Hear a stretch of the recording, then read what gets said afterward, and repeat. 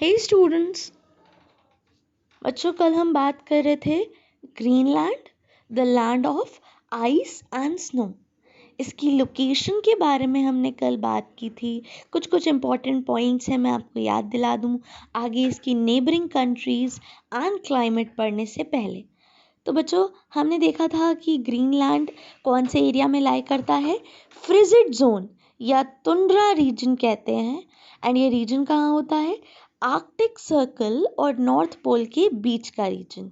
यहाँ पे अक्सर जैसे आपको नाम से पता चल रहा है फ्रिजिड, तो काफ़ी ठंड होती है। उसके बाद हमने देखा था कि जो ग्रीनलैंड है वो वर्ल्ड का सबसे बड़ा आइलैंड है। इसका कैपिटल हमने देखा था नोक है, NWK, जिसकी स्पेलिंग पर मैंने आपको ध्यान देने के लिए कहा था। फिर इसकी लोकेशन हमने देखी थी कि नॉर्थ पोल और आर्कटिक सर्कल के बीच में है एंड कनाडा कंट्री के नॉर्थ ईस्टर्न पार्ट में है।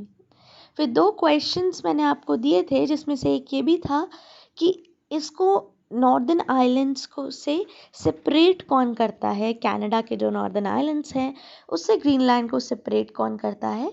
तो आंसर था Baffin Bay and Davis Strait. ठीक है बच्चों, आज पढ़ेंगे हम इसकी नेबरिंग कंट्रीज़ के बारे में। नेबरिंग कंट्रीज़ कौन कौन सी है, ग्रीनलैंड, वो कंट्रीज़ जिनके साथ ग्रीनलैंड अपना बॉर्डर शेयर करता है, वही तो नेबरिंग कंट्रीज़ होती हैं, राइट चिल्ड्रन। तो वो किससे शेयर करता है, Atlantic ocean in the south east. बच्चों ये कोई कंट्री नहीं है अटलांटिक ओशन, लेकिन फिर भी आपसे अगर पूछा जाए कि what lies in the south eastern part of Greenland, Greenland के साउथ ईस्टर्न पार्ट में क्या होता है, तो आप क्या बताओगे, अटलांटिक ओशन। ठीक है, नॉर्थ में है आर्कटिक ओशन, वेस्ट में है Baffin Bay, Iceland and Canada are the countries nearest to the Greenland. बहुत इंपॉर्टेंट पॉइंट बच्चों, फिर से देखेंगे, इसमें आपको ये चीज़ लर्न करनी है और आपको बिल्कुल टिप्स पे याद होना चाहिए। यहाँ पे आप मैप देख के, ये देखिए बच्चों मैप है, आप इसको देख के विजुअलाइज कर सकते हैं। आर्कटिक ओशन, नॉर्थ पे कौन है, आर्कटिक ओशन। ठीक है ना बच्चों, दिख रहा है आपको।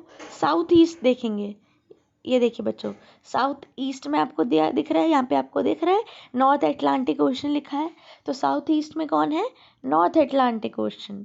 इसके बाद अगर आप लेफ्ट में देखेंगे यानी आपके वेस्टर्न डायरेक्शन में, तो आपको बेफिन बे दिख रहा है, राइट। इसके अलावा Iceland and Canada are the nearest countries. इसके पास जो सबसे ज़्यादा करीबी कंट्रीज है वो है आइसलैंड एंड कनाडा। तो ये चीज़ें आपको याद रखनी है। ठीक है, नेक्स्ट बात करेंगे इसके क्लाइमेट के बारे में। बच्चों हमने देखा कि ये कहाँ लाई करता है, फ्रिजिड जोन में। एंड फ्रिजिड जोन हमें पता है बहुत ठंडा एरिया होता है। कैसा एरिया होता है, बहुत ज़्यादा ठंडा। तो ग्रीनलैंड भी एक्सट्रीमली कोल्ड होता है, बहुत ज़्यादा ठंडा होता है। आपको नेम से ही पता चल रहा होगा, land of ice and snow, बर्फ और स्नो की जगह। ठीक है, अब यहाँ पे समर्स कैसी होती हैं, cool. It experiences cool summer and severely cold winters. बच्चों समर में यहाँ का जो वेदर है वो तो कूल होता है, इतना ज़्यादा ठंडा नहीं होता। बट जब सर्दियाँ होती हैं तो सीवियरली कोल्ड होता है। सीवियरली कोल्ड मतलब बच्चों बहुत ज़्यादा ठंडा। More than 80% of the island is covered with thick ice, तभी हम इसको land of ice and snow कह रहे हैं। कम से कम 80% एंड उससे भी ज़्यादा लैंड किससे कवर होता है, आइस से कवर होता है। चलिए बच्चों आज के लिए इतना ही। आपका क्वेश्चन है, फर्स्ट क्वेश्चन है, name the countries nearest to Greenland. Name the countries nearest to Greenland.